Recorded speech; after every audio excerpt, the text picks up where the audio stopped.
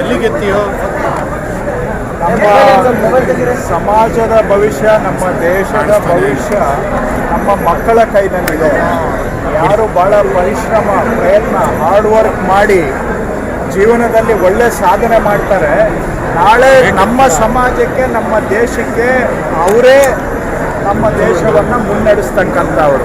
ಹಾಗಾಗಿ ದೇಶ ಯಶಸ್ಸಾಗಬೇಕಾದ್ರೆ ಒಳ್ಳೆ ಈ ಪ್ರತಿಭಾನ್ವಿತ ವಿದ್ಯಾರ್ಥಿಗಳು, ಮೆರಿಟೋರಿಯಸ್ ಸ್ಟೂಡೆಂಟ್ಸ್ ಏನಿದ್ದಾರೆ, ಅವರೇ ನಮ್ಮ ಸಮಾಜದ ದೇಶದ ಭವಿಷ್ಯ.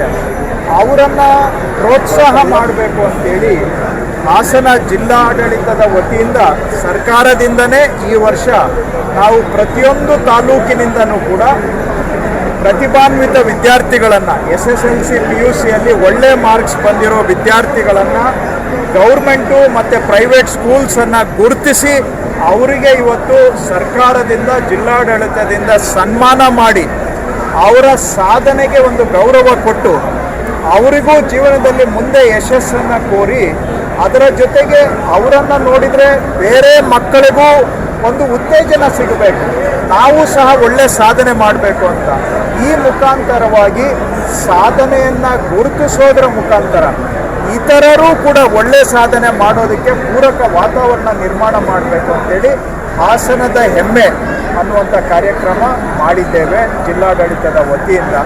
ಹಾಸನದ ಹೆಮ್ಮೆ ಅಂತ ಯಾಕೆ ಹೆಸರು ಕೊಟ್ಟಿದ್ದೀವಿ ಅಂದರೆ, ನಿಜವಾಗಿ ಈ ಜಿಲ್ಲೆಗೆ ಭೂಷಣ, ಈ ಜಿಲ್ಲೆಗೆ ಕೀರ್ತಿ, ಶ್ರೇಯಸ್ಸು, ಯಶಸ್ಸು ಹಾಗೂ ಈ ಜಿಲ್ಲೆಯ ಹೆಮ್ಮೆ ಯಾರು ಅಂತ ಹೇಳಿದ್ರೆ ಒಳ್ಳೆ ಸಾಧನೆ ಮಾಡಿದಂಥ ಮಕ್ಕಳೇ ಈ ಜಿಲ್ಲೆಯ ಹೆಮ್ಮೆ. ಹೇಗೆ ನಾವೆಲ್ಲ ಹೇಳ್ತೇವೆ ಹೆಮ್ಮೆಯ ಪುತ್ರರು ಅಂತ, ಪುತ್ರಿಯರು ಯಾರು? ಒಳ್ಳೆ ಮೆರಿಟೋರಿಯಸ್ ಸ್ಟೂಡೆಂಟ್ಸ್. ಯಾಕಂದರೆ ಇವತ್ತು ಜೀವನದಲ್ಲಿ, ಭವಿಷ್ಯದಲ್ಲಿ ವಿದ್ಯೆಯೇ ಯಶಸ್ಸಿಗೆ ಮೂಲ. ಯಶಸ್ಸಾಗಬೇಕು ಅಂದರೆ ವಿದ್ಯೆ. ಹಾಗಾಗಿ ನಮ್ಮ ಹೆಮ್ಮೆ ಯಾರು ಅಂತ ಹೇಳಿದರೆ ಈ ಪ್ರತಿಭಾನ್ವಿತ ವಿದ್ಯಾರ್ಥಿಗಳು, ಅವರು ಮತ್ತು ಆ ಶಿಕ್ಷಣ ಸಂಸ್ಥೆಗಳು ಶಿಕ್ಷಕರನ್ನು ಗೌರವಿಸ್ತಕ್ಕಂತಹ ಕಾರ್ಯಕ್ರಮವನ್ನು ಇವತ್ತು ಜಿಲ್ಲೆಯಿಂದ ಇಟ್ಕೊಂಡಿದ್ದೇವೆ. ಹಾಸನ ಜಿಲ್ಲೆ ಇಡೀ ರಾಜ್ಯದಲ್ಲಿ SSLC ಫಲಿತಾಂಶದಲ್ಲಿ 35 ಶೈಕ್ಷಣಿಕ ಜಿಲ್ಲೆಗಳ ಪೈಕಿ 4ನೇ ಸ್ಥಾನದಲ್ಲಿ ಬರೋದರ ಮುಖಾಂತರ ಉತ್ತಮ ಸಾಧನೆಯನ್ನು ಈ ಜಿಲ್ಲೆಯ ಶಿಕ್ಷಣ ವ್ಯವಸ್ಥೆ, ವಿದ್ಯಾರ್ಥಿಗಳು ಮಾಡಿದ್ದಾರೆ. ಆ ಸಂಭ್ರಮಾಚರಣೆಯನ್ನು ಕೂಡ ಇವತ್ತು ನಾವು ಮಾಡ್ತಾ ಇದ್ದೇವೆ. 4th ಪೊಸಿಷನ್ನಿಗೆ ಇನ್ನೂ ಇಂಪ್ರೂವ್ ಆಗಬೇಕು ಇದರಿಂದ ಅನ್ನುವಂಥದ್ದು. ಆಲ್ರೆಡಿ ಈ ವರ್ಷ ನಾವು ಆಲ್ಮೋಸ್ಟು ನಮ್ಮದು ಗೌರ್ಮೆಂಟ್ ಸ್ಕೂಲಲ್ಲೂ ಕೂಡ 98.6% ಗೌರ್ಮೆಂಟ್ ಹೈಸ್ಕೂಲಲ್ಲೂ ರಿಸಲ್ಟ್ ಬಂದಿದೆ. ನೆಕ್ಸ್ಟ್ ಇಯರ್ಗೆ ಇನ್ನೂ ಹೆಚ್ಚಿಗೆ ತರಬೇಕು ಅಂತ ಪ್ರಯತ್ನ ಮಾಡಬೇಕಾದ್ರೆ ನಾವೆಲ್ಲರೂ ಕೈ ಜೋಡಿಸ್ಬೇಕು. ಹಾಗಾಗಿ ಇವತ್ತು ಎಲ್ಲ ಶಾಸಕರು, ಸಂಸದರು, ಅಧಿಕಾರಿಗಳು ಎಲ್ಲರೂ ನಾವು ಕೂಡಿ ಶಿಕ್ಷಣಕ್ಕೆ ಆದ್ಯತೆ ಕೊಡಬೇಕು ಅನ್ನೋ ಉದ್ದೇಶದಿಂದ, ಸ್ವಯಂ ಪ್ರೇರಣೆಯಿಂದ, ಸರ್ಕಾರದ ವತಿಯಿಂದ ಪ್ರೋತ್ಸಾಹ ಮಾಡ್ತಕ್ಕಂಥ ಈ ಕಾರ್ಯಕ್ರಮ ಮಕ್ಕಳಿಗೆ ಖುಷಿ ತಂದಿದೆ ಅಂತ ನಾನು ಭಾವಿಸ್ತೇನೆ.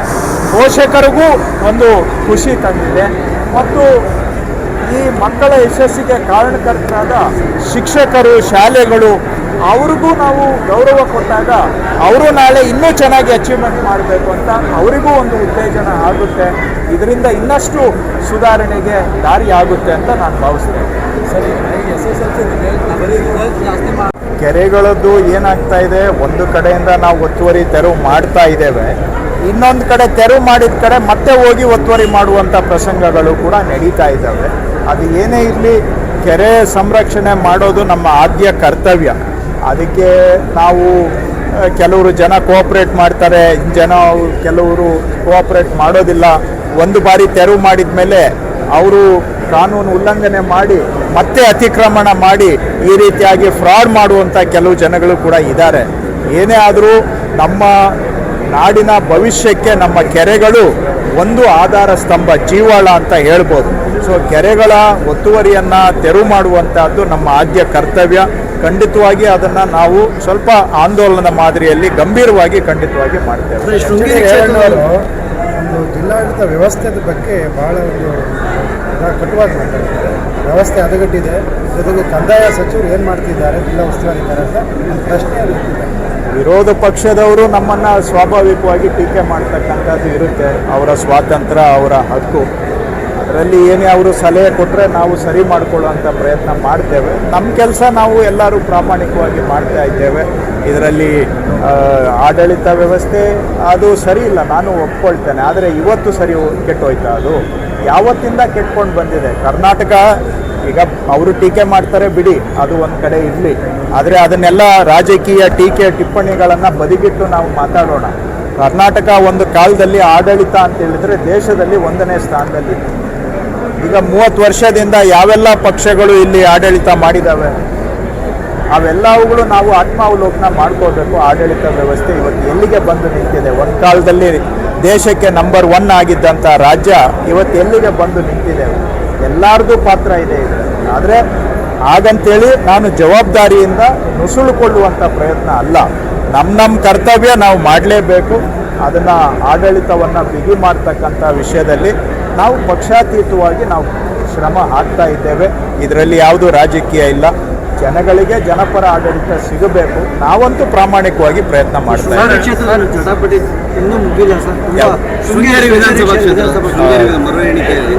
ನೋಡಿ, ನಮಗೆ ಇರುವ ಮಾಹಿತಿಯ ಪ್ರಕಾರವಾಗಿ ಮೇಲ್ನೋಟಕ್ಕೆ ಕಂಡು ಬಂದ ಸಂಗತಿಗಳನ್ನು ನಾವು ಗಮನಿಸಿದಾಗ ಹೋದ ಬಾರಿ ಮತ ಎಣಿಕೆ ಆದ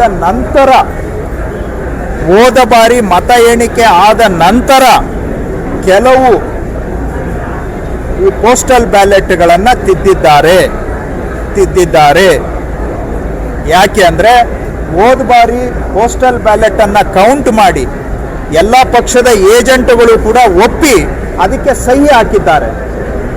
ಅಂಥ ಕಡೆ ಈ ಬಾರಿ ಯಾವ ಓಟುಗಳು ರಾಜೇಗೌಡರಿಗೆ ಬಿದ್ದಿದ್ವು ಅಲ್ಲಿ ಕೆಳಗಡೆ ಬೇರೆ ಇಂಕನ್ನು ಉಪಯೋಗಿಸಿ ಬೇರೆ ಅಭ್ಯರ್ಥಿಗಳಿಗೂ ಕೂಡ ಅಲ್ಲಿ ಟಿಕ್ ಮಾರ್ಕ್ ಮಾಡಿ ಓಟನ್ನು ಹಾಕದಂಗೆ ಮಾಡಿ ಆ ಓಟುಗಳನ್ನು ಅಮಾನ್ಯ ಮಾಡಿದ್ದಾರೆ, ಇನ್ವ್ಯಾಲಿಡ್ ಮಾಡಿದ್ದಾರೆ. ಇದಂತೂ ನಮ್ಮ ಪ್ರಕಾರ ಕಂಪ್ಲೀಟ್ಲಿ ಇದೊಂದು ಕ್ರಿಮಿನಲ್ ಕಾನ್ಸ್ಪಿರಸಿ. ಅದರಲ್ಲಿ ನಮಗೆ ಯಾವುದೂ ಅನುಮಾನ ಇಲ್ಲ. ಹಾಗಾಗಿ ಸತ್ಯ ಹೊರಗೆ ಬರಬೇಕಾದ್ರೆ ಎನ್ಕ್ವೈರಿ ಆಗಲಿ, ಅದನ್ನು ಫೊರೆನ್ಸಿಕ್ ಲ್ಯಾಬೊರೇಟರಿಗೆ ಕಳಿಸಿ ಮೇಲೆ ಟಿಕ್ ಮಾಡಿರೋ ಇಂಕು ಕೆಳಗಡೆ ಟಿಕ್ ಮಾಡಿರೋ ಇಂಕು ಒಂದೇನಾ ಅನ್ನೋದನ್ನು ಪರೀಕ್ಷೆ ಆಗಬೇಕು. ನಾನಂತೂ ಹೇಳ್ತಾ ಇದ್ದೇನೆ, ಅದು ಆಗೋವರೆಗೂ ಇದು ಕ್ರಿಮಿನಲ್ ಕಾನ್ಸ್ಪಿರಸಿ ಮಾಡಿದ್ದಾರೆ. ಚುನಾವಣೆಯನ್ನು ಕಳ್ತನ ಮಾಡಿದ್ದಾರೆ, ಕಸಿದಿದ್ದಾರೆ. ಪ್ರಜಾಪ್ರಭುತ್ವದ ಆಶಯಕ್ಕೆ ವಿರುದ್ಧವಾಗಿ ನಡೆದಿದೆ. ಇವತ್ತು ಯಾರೋ ಕೆಲವು ಅಧಿಕಾರಿಗಳು, ಎಲ್ಲರೂ ಅಂತ ಹೇಳೋದಿಲ್ಲ, ಒಬ್ಬಿಬ್ಬರು ಅಧಿಕಾರಿ ಸೇರಿ ಹೋದ ಬಾರಿ ಯಾವ ಓಟು ಅದು ಒಂದೇ ಬಂಡ್ಲಲ್ಲಿ ರಾಜೇಗೌಡರಿಗೆ ಬಂದಿತ್ತು ಅಂತ ಎತ್ತಿ ಕೌಂಟ್ ಮಾಡಿ ಇಟ್ಟಿದ್ದನ್ನು ಅದರಲ್ಲಿ ಇವತ್ತು ಬೇರೆ ಅಭ್ಯರ್ಥಿಗಳಿಗೆ ಟಿಕ್ಕು ಒಂದೇ ಬಂಡ್ಲಲ್ಲಿ ಆಗಿದೆ. ಮತ್ತು ಆ ಬಂಡ್ಲು ನಿನ್ನೆ ಕೌಂಟಿಂಗ್ ಓಪನ್ ಆದಾಗ ಬಂಡ್ಲು ಓಪನ್ ಆಗಿತ್ತು. ಸೊ ಅಲ್ಲಿಗೆ ಏನರ್ಥ? ಅಲ್ಲಿಗೆ ಟ್ಯಾಂಪರಿಂಗ್ ಆಗಿದೆ, ವೋಟ್ ಚೋರಿ ಆಗಿದೆ, ಮತ ಕಳ್ತನ ಆಗಿದೆ. ಸೊ ಇದನ್ನ ಪೊಲೀಸ್ ಎನ್ಕ್ವೈರಿ ಆಗಿ ಸತ್ಯ ಏನು ಅನ್ನೋದು ಹೊರಗಡೆ ಬರಬೇಕು. ಇವತ್ತು